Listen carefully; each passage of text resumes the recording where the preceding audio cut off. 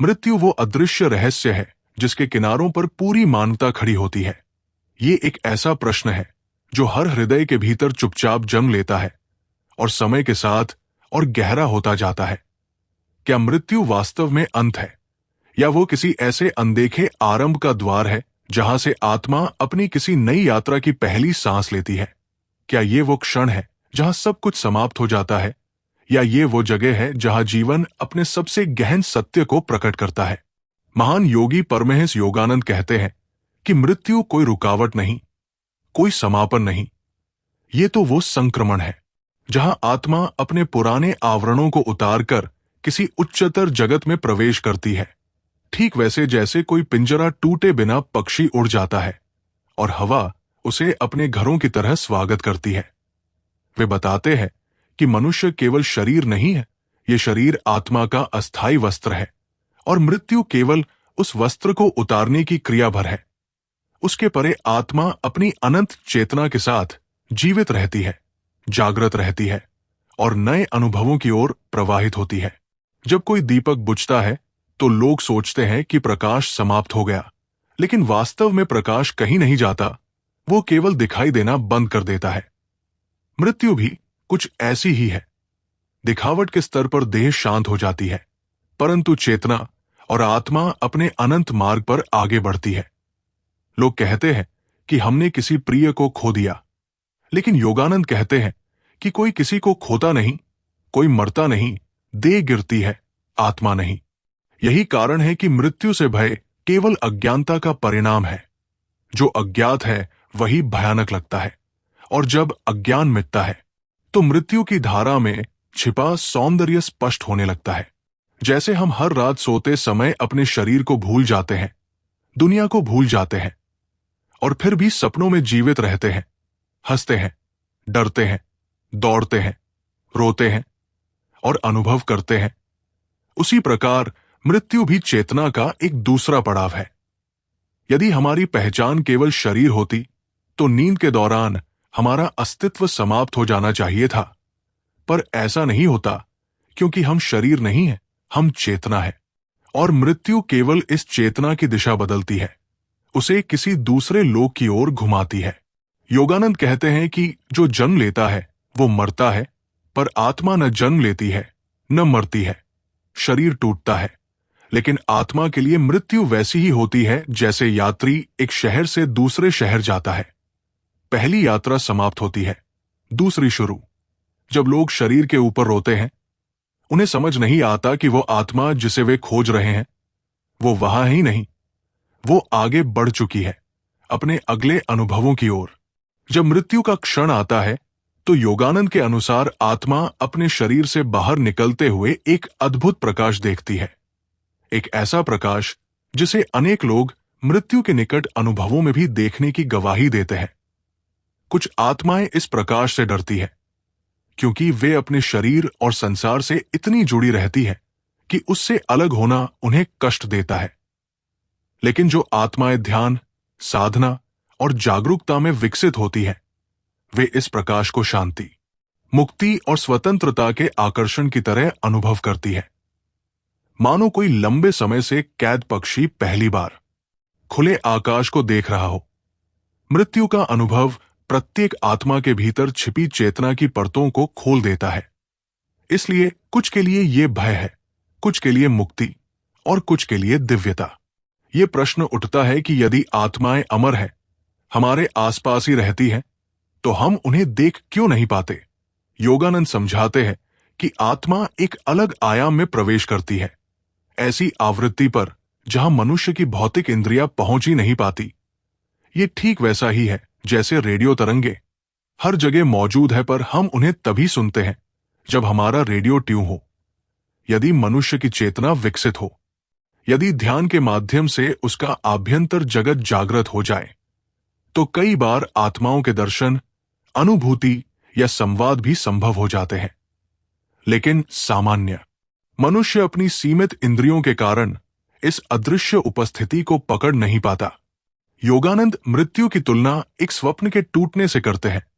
जब सपना चलता है तो वो बिल्कुल वास्तविक लगता है, किंतु जागते ही पता चलता है कि वो केवल एक दृश्य था, मृत्यु के बाद आत्मा को इसी प्रकार धीरे धीरे समझ आता है कि उसका भौतिक जीवन भी एक अस्थायी सपना था, एक अध्याय जो अब समाप्त हो चुका है और उसकी असली यात्रा अब आरंभ हो रही है।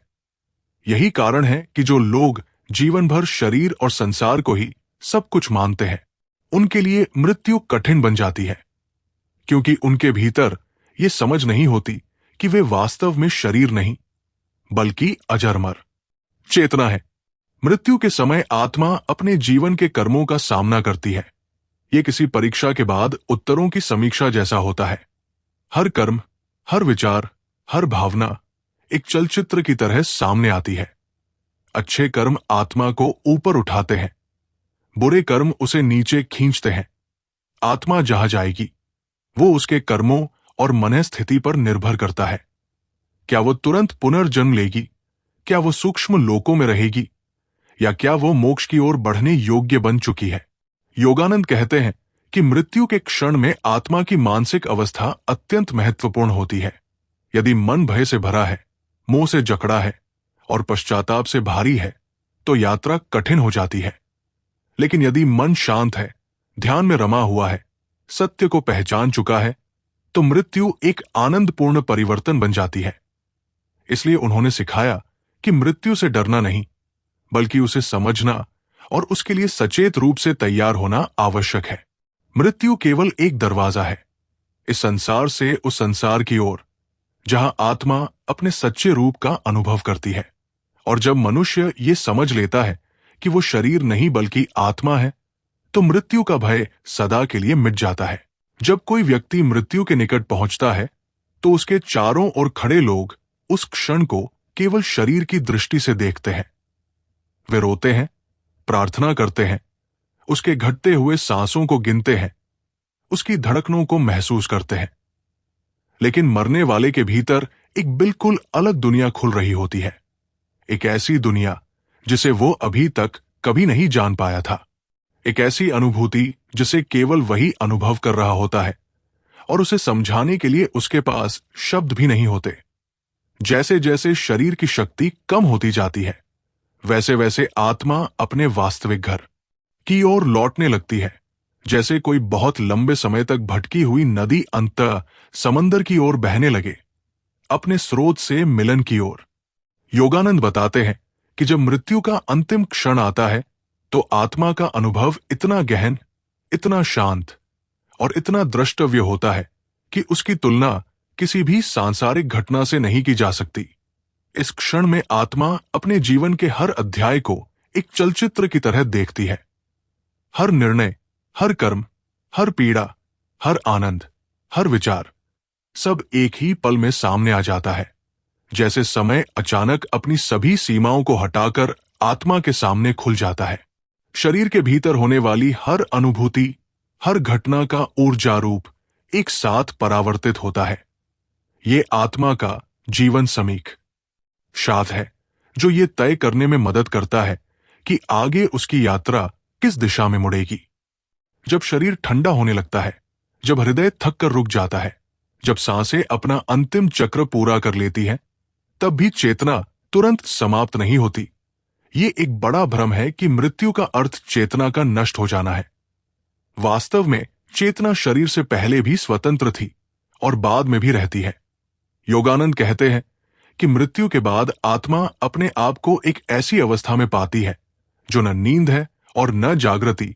ये एक मध्य स्थिति है जहां वह अभी अपने भौतिक शरीर को देख सकती है, अपने प्रियजनों को देख सकती है, उनके रोने की आवाज महसूस कर सकती है, लेकिन वह उनसे संवाद नहीं कर सकती। और ये एक गहरी विस्मयकारी अनुभूति होती है। कई आत्माएं मृत्यु के कुछ क्षण बाद महसूस करती हैं कि वे अपने ही शरीर के ऊपर खड़ी है, अपने निष्क्रिय, निष्पंद शरीर को देखती हुई। उन्हें लगता है जैसे वे किसी अपरिचित वस्तु को देख रही हों। कुछ पहचान भी है और कुछ अजनबापन भी। वे अपने चेहरे को, अपनी छाती को, अपनी आंखों को देख सकती हैं, पर उस शरीर में कोई चेतना नहीं, कोई गति नहीं, कोई जीवंतता नहीं। इस क्षण में आत्मा को पहली बार यह एहसास होता है कि वो शरीर नहीं थी, वो उससे बिल्कुल अलग है, वो उससे परे है, वो उससे स्वतंत्र है। इस प्रारंभिक विस्मय के बाद आत्मा को एक कंपन, एक खिंचाव, एक ऊर्जा का ऊर्ध्वगामी प्रवाह महसूस होने लगता है। ये ऐसा लगता है जैसे कोई अदृश्य हवा उसे ऊपर की ओर उठा रही हो, जैसे कोई शक्तिशाली लेकिन शांत शक्ति उसे बुला रही हो। कई साधकों ने ध्यान में इस खिंचाव का अनुभव जीवित अवस्था में भी किया है, और मृत्यु के क्षण में यह अनुभव अत्यंत प्रबल हो जाता है। इसके साथ ही एक सुरंग जैसी आकृति दिखाई देने लगती है, एक लंबी, मौन, अंधेरी परंतु भयरहित सुरंग। यह सुरंग कोई वास्तविक भौतिक मार्ग नहीं होता, बल्कि चेतना का संक्रमण मार्ग है। इस सुरंग के अंत में एक प्रकाश दिखाई देता है, एक ऐसा प्रकाश जिसे शब्दों में बांधना लगभग असंभव है। यह प्रकाश आंखों से नहीं दिखाई देता, बल्कि चेतना से अनुभव होता है। यह न सूर्य का प्रकाश है, न चांद का। यह वो दिव्य प्रकाश है जिसे प्राण के भीतर छिपा हुआ माना जाता है, जिसे साधक ध्यान की गहराइयों में कभी कभी हल्की झलक के रूप में देख लेते हैं। यह वही प्रकाश है जिसे अनेक मृत्यु समीप अनुभव वाले लोग दुनिया भर में वर्षों से वर्णित करते आए हैं।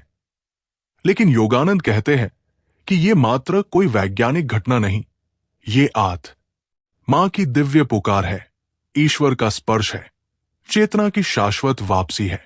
कुछ आत्माएं इस प्रकाश को देखकर भयभीत हो जाती है, क्योंकि वे अभी भी अपने शरीर से, अपने परिवार से, अपने घर से, अपनी इच्छाओं से, अपने अधूरे कार्यों से बंधी होती है।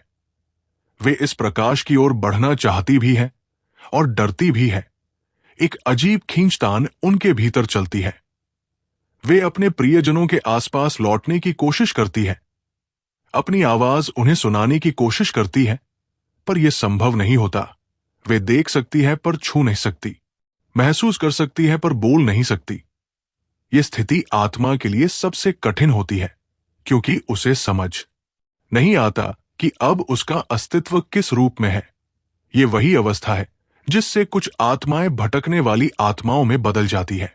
लेकिन जो आत्माएं जीवन के दौरान आध्यात्मिक रूप से जागृत थी, जिन्होंने ध्यान किया, सत्य को खोजा, अपने भीतर की आवाज को पहचाना, अपने जीवन को कुछ ऊंचे उद्देश्य से जोड़ा, उनके लिए यह प्रकाश भय नहीं, बल्कि घर वापसी जैसा होता है। वे इस प्रकाश की ओर सहजता से बढ़ती है, जैसे कोई बच्चा अपनी मां के आलिंगन की ओर बढ़ता है। उनके लिए यह क्षण दुख का अंत और स्वतंत्रता की शुरुआत होता है। जैसे ही वे इस प्रकाश के भीतर प्रवेश करती है, उनके चारों ओर एक अवर्णनीय शांति फैल जाती है। यह शांति इतनी गहरी होती है कि जीवन भर की सारी पीड़ाएं, तनाव, इच्छाएं, संघर्ष सब एक पल में विलीन होने लगते हैं।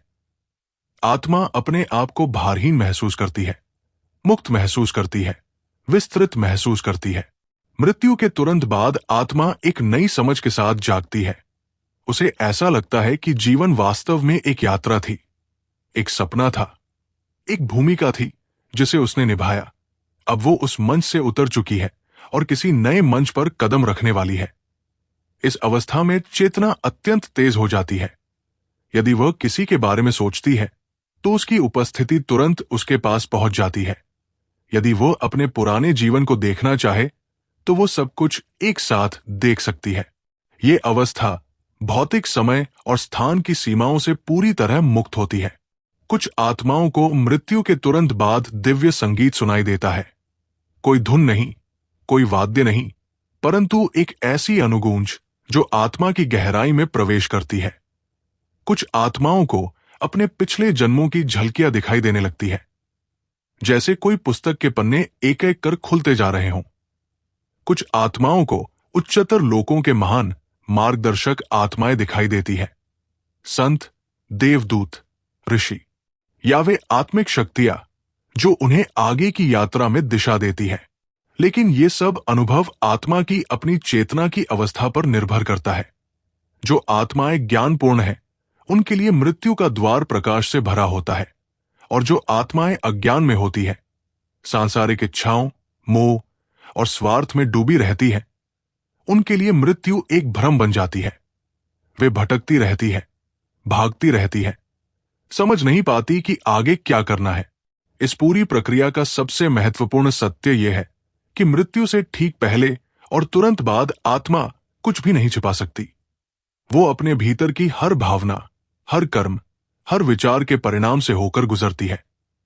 इसीलिए मृत्यु का क्षण जितना भौतिक दृष्टि से शांत दिखाई देता है, उतना ही आध्यात्मिक दृष्टि से अत्यंत सक्रिय, विशाल और रूपांतरणकारी होता है। जब आत्मा सुरंग के अंत में मौजूद उस विशाल, आलोकित, दिव्य प्रकाश के निकट पहुंचती है, तब उसके भीतर एक ऐसी अनुभूति जन्म लेती है जिसे शब्दों में समेटना कठिन है। ये भय और आकर्षण का मिश्रण नहीं होता, बल्कि एक ऐसा खिंचाव होता है जो आत्मा को उसकी अपनी जड़ों की ओर बुलाता है। एक ऐसा प्रकाश जो बाहर कहीं नहीं, बल्कि आत्मा के अपने भीतर भी मौजूद रहा है, लेकिन जीवन के शोर शराबे, इच्छाओं की भीड़ और शरीर के आवरणों के कारण वो अनुभव कभी पूर्ण रूप से जागृत नहीं हो पाया। मृत्यु के बाद ये प्रकाश आत्मा के सामने बिल्कुल स्पष्ट दिखने लगता है, जैसे एक लंबी अंधेरी रात के बाद अचानक क्षितिज पर उगता हुआ सूर्य दिखाई दे। इस प्रकाश की ओर बढ़ना हर आत्मा के लिए समान नहीं होता। कुछ आत्माएं उसे तुरंत पहचान लेती है। उन्हें लगता है कि यही वो स्थान है जहां वे हमेशा लौटना चाहती थी। यही वो घर है जहां से वे आई थी और जहां लौटना उनका स्वभाव है। वे बिना किसी हिचकिचाहट के प्रकाश की ओर उड़ती है, मानो किसी अदृश्य पंखों पर सवार हों। वे जिस क्षण उसमें विलीन होती है, उन्हें ऐसी शांति का अनुभव होता है जिसकी तुलना किसी भी सांसारिक सुख या सांत्वना से नहीं की जा सकती। परंतु कुछ आत्माएं इस प्रकाश के करीब जाकर भी रुक जाती है। वे पीछे मुड़कर देखती है, अपने परिवार को, अपने घर को, अपनी वस्तुओं को, उन स्थानों को जहां उन्होंने अपना जीवन बिताया था। उनकी चेतना अभी भी उन बंधनों से मुक्त नहीं हो पाती। वे सोचती है कि शायद उन्हें लौट जाना चाहिए, शायद उन्होंने बहुत कुछ अधूरा छोड़ दिया है, शायद उनका कोई कर्तव्य अभी बाकी है, शायद उन्हें जाना नहीं चाहिए। और ये हिचकिचाहट ही उन्हें उस प्रकाश से दूर कर देती है। वे न पूरी तरह इस संसार में होती है और न पूरी तरह उसमें। ये बीच की स्थिति आत्मा के लिए सबसे कठिन होती है, क्योंकि यहां वो सबसे अधिक उलझन और एकाकीपन महसूस करती है। जो आत्माएं इस अवस्था में अटकी रहती है, वे अपने प्रियजनों के आसपास भटकने लगती है। वे अपने घरों में घूमती है, उन कमरों में जाती है जहां उन्होंने अपने जीवन के अनगिनत क्षण बिताए थे। उन दरवाजों को खोलने की कोशिश करती है जिन्हें वे जीवित अवस्था में प्रतिदिन खोलते थे, पर अब उनके हाथ किसी भी भौतिक वस्तु को छू ही नहीं पाते। वे अपनी आवाज अपने परिवार तक पहुंचाने की कोशिश करती है, पर किसी के कान उन्हें सुन नहीं पाते। ये स्थिति आत्मा के लिए गहन पीड़ा का कारण बनती है, क्योंकि वो सब कुछ देख सकती है पर कुछ भी बदल नहीं सकती। परमहंस योगानंद बताते हैं कि ऐसी आत्माएं गहन मोह और सांसारिक इच्छाओं में बंधी रहती हैं।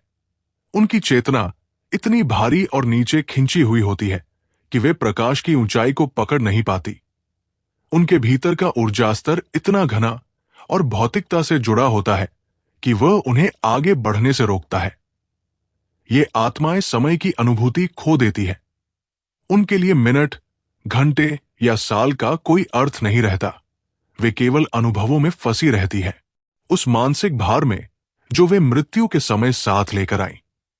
दूसरी ओर जो आत्माएं प्रकाश की ओर बढ़ती है, वे नए लोकों में प्रवेश करती है। योगानंद इन लोकों को सूक्ष्म लोक बताते हैं, ऐसे आयाम जिन तक भौतिक इंद्रियां नहीं पहुंच सकती। ये लोक किसी स्वप्न की तरह है, पर स्वप्न से अधिक वास्तविक। ये ऐसी जगहें हैं जहां विचारों का रूप दिखाई देता है, जहां भावना एक वातावरण बन जाती है, जहां चेतना अपना आकार स्वयं तय करती है। इन लोकों में आत्मा उस ऊर्जा के अनुसार आकर्षित होती है जो उसने जीवन में संचित की। यदि उसने प्रेम, दया, करुणा, सेवा और सौम्यता को विकसित किया था, तो ये लोक उसके लिए आनंदमय बन जाते हैं, मानो कोई स्वर्ग जैसा अनुभव। यहां प्रकाश के नगर है, जहां दिव्य संगीत बिना किसी वाद्य के गूंजता है।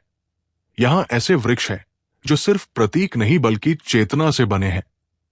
यहां ऐसे बीइंग्स होते हैं जो शरीर से नहीं बल्कि प्रकाश से बने होते हैं। वे चेहरों से नहीं पहचाने जाते, बल्कि उनकी ऊर्जा, उनके कंपन और उनके ज्ञान से पहचाने जाते हैं। आत्मा उनके बीच स्वयं को सुरक्षित, हल्का और मुक्त महसूस करती है, मानो वह किसी लंबे श्रम के बाद विश्राम कर रही हो। लेकिन ये अनुभव भी हर आत्मा के लिए नहीं होता। कुछ आत्माएं ऐसे लोकों में पहुंचती हैं जहां उनका स्वयं का मन एक प्रतिबिंब बनकर सामने आता है, जिसने जीवन में क्रोध, ईर्ष्या, स्वार्थ और कठोरता को गहराई से अपनाया था। वो मृत्यु के बाद भी उन भावनाओं के अनुभवों में फंसी रहती है।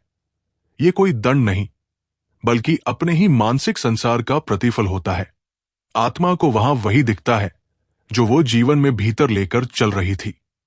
ये स्थान किसी नरक जैसा नहीं, बल्कि मन के अधेरों का विस्तार होता है। योगानंद बताते हैं कि मृत्यु के बाद आत्मा जिस लोक में जाएगी, वो उसके कर्म, उसकी चेतना, उसकी इच्छाओं और उसकी मानसिक स्थिति का सीधा परिणाम होता है। कोई बाहरी देवता या शक्ति उसे किसी स्थान पर भेजती नहीं, वो अपने ही ऊर्जास्तर के अनुसार वहां पहुंचती है। ये वैसा ही है जैसे किसी ठंडी हवा में खुली अग्नि नीचे की ओर मंद हो जाए और गर्म हवा में ऊपर उठने लगे। आत्मा भी बिल्कुल इसी नियम से अपने स्थान को ग्रहण करती है। कुछ आत्माएं जागृत चेतना की होती है। वे तुरंत पहचान लेती है कि मृत्यु केवल एक पर्दा थी जो हट चुका है और अब एक नया आयाम खुला है। वे अपनी यात्रा स्पष्ट रूप से देखती है। उन्हें मार्गदर्शक आत्माएं दिखाई देती है। उन्हें अपने पूर्वज मिलते हैं। कभी कभी अपने गुरुओं की ऊर्जा भी अनुभव होती है। वे नई शिक्षा प्राप्त करती है, अपनी चेतना को और ऊंचा उठाती है और दिव्यता की ओर आगे बढ़ने के लिए तैयार होती है। परंतु जो आत्माएं अज्ञान में होती हैं, वे भ्रम में भटकती रहती है। उन्हें पता ही नहीं चलता कि वे मर चुकी है। वे अपने ही बनाए अधेरों में घूमती रहती है। कभी रोती है, कभी पुकारती है, कभी डरती है, कभी भागती है। उनका कोई स्थिर लक्ष्य नहीं होता। वे अनगिनत बार अपने घरों का चक्कर लगाती है, अपने प्रियजनों पर निगाह रखती है, अपने पुराने जीवन को दोहराने की कोशिश करती है। पर यह सब व्यर्थ है, क्योंकि अब वे उस संसार का हिस्सा नहीं रही। इस अवस्था को समझना महत्वपूर्ण है, क्योंकि यह बताता है कि मृत्यु के बाद का अनुभव पूरी तरह इस बात पर निर्भर करता है कि व्यक्ति ने जीवन कैसे जिया। जिसने अपने भीतर प्रेम को गहरा किया, वो मृत्यु में भी वही प्रेम पाएगा। जिसने अपने भीतर शांति को विकसित किया, वो मृत्यु में भी शांति पाएगा। और जिसने अपने भीतर अंधेरा भरा, उसे मृत्यु के बाद भी वही अंधेरा मिलेगा। आत्मा की यात्रा प्रकाश की ओर भी हो सकती है और अंधेरों की ओर भी, लेकिन ये यात्रा किसी बाहरी आदेश पर नहीं, बल्कि पूरी तरह उसकी अपनी चेतना पर निर्भर करती है।